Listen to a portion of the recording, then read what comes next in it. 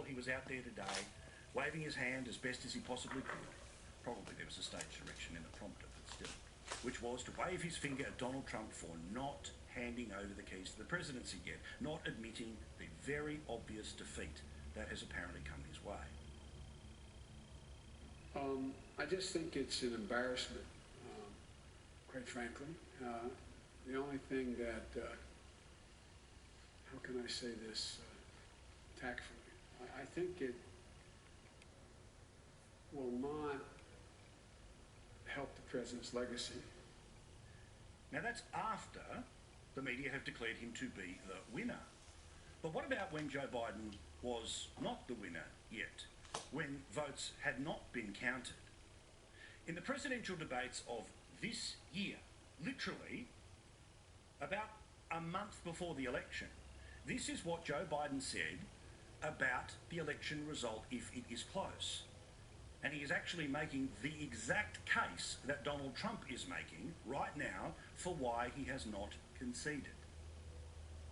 Vice President Biden, final question for you. Will you urge your supporters to stay calm while the vote is counted, and will you pledge not to declare victory until the election is independently certified? Yes, and here's the deal.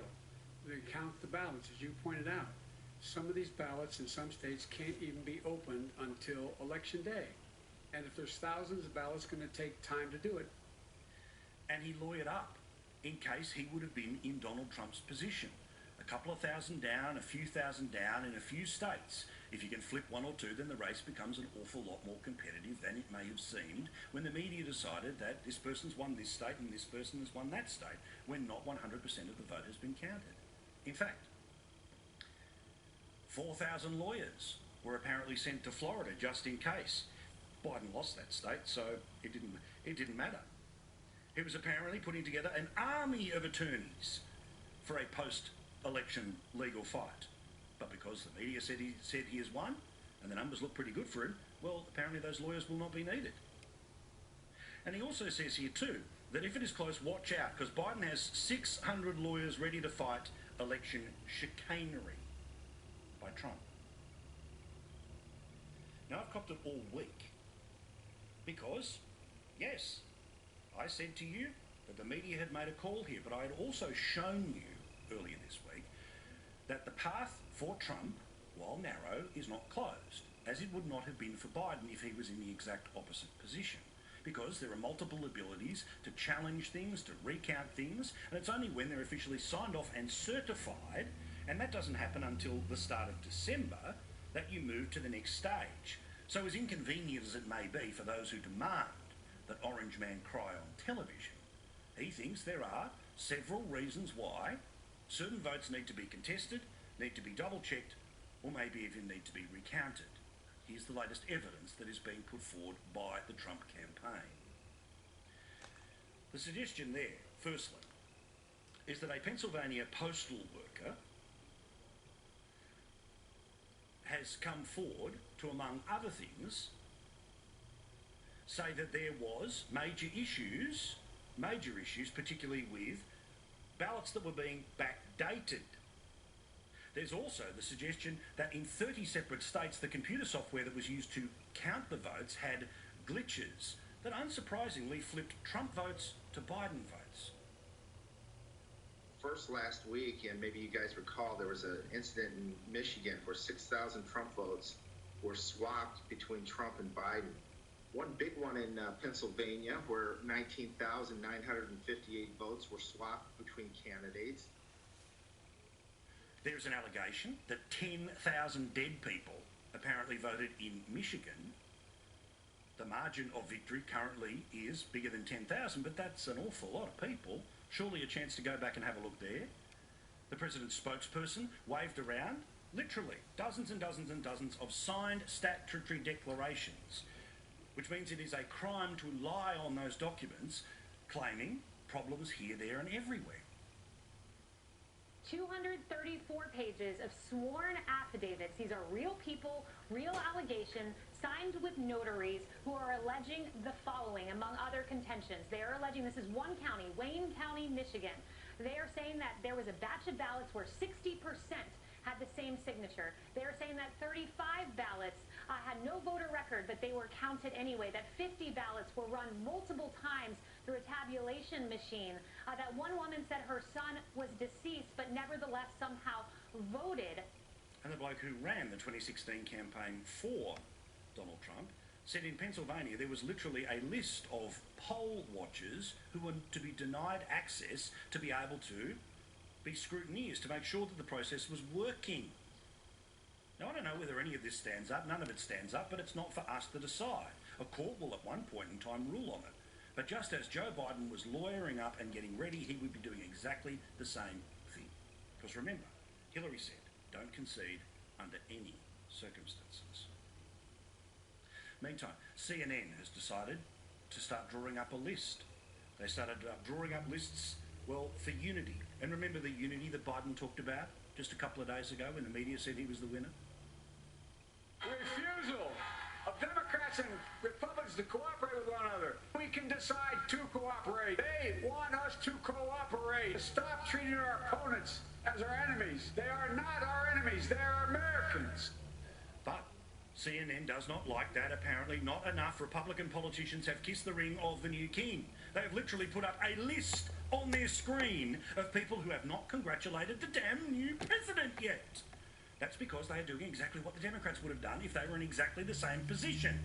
And here's one of those Republicans just walking past the press telling them to shove it. Senator, have you congratulated Vice President Biden yet? Why not? So how's that unity going? Well, here's just today's example of Biden's unity. Not quite going all the way it should.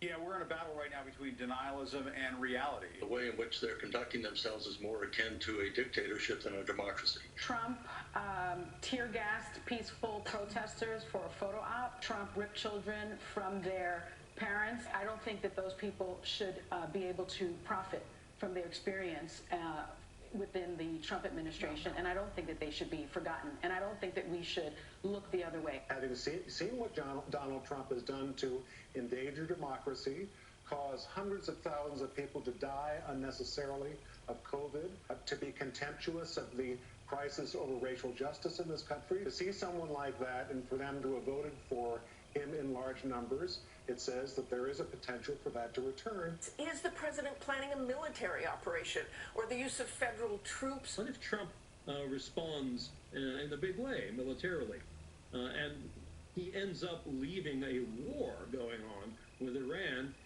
as his gift to Biden?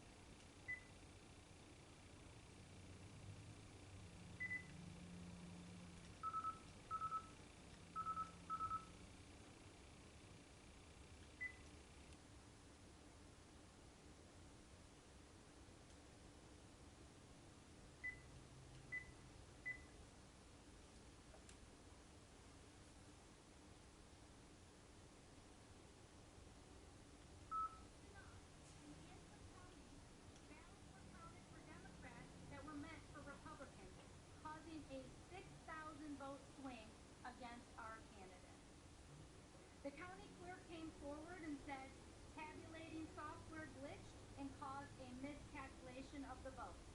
Since then, we have now discovered that 47 counties use this same software in the same capacity.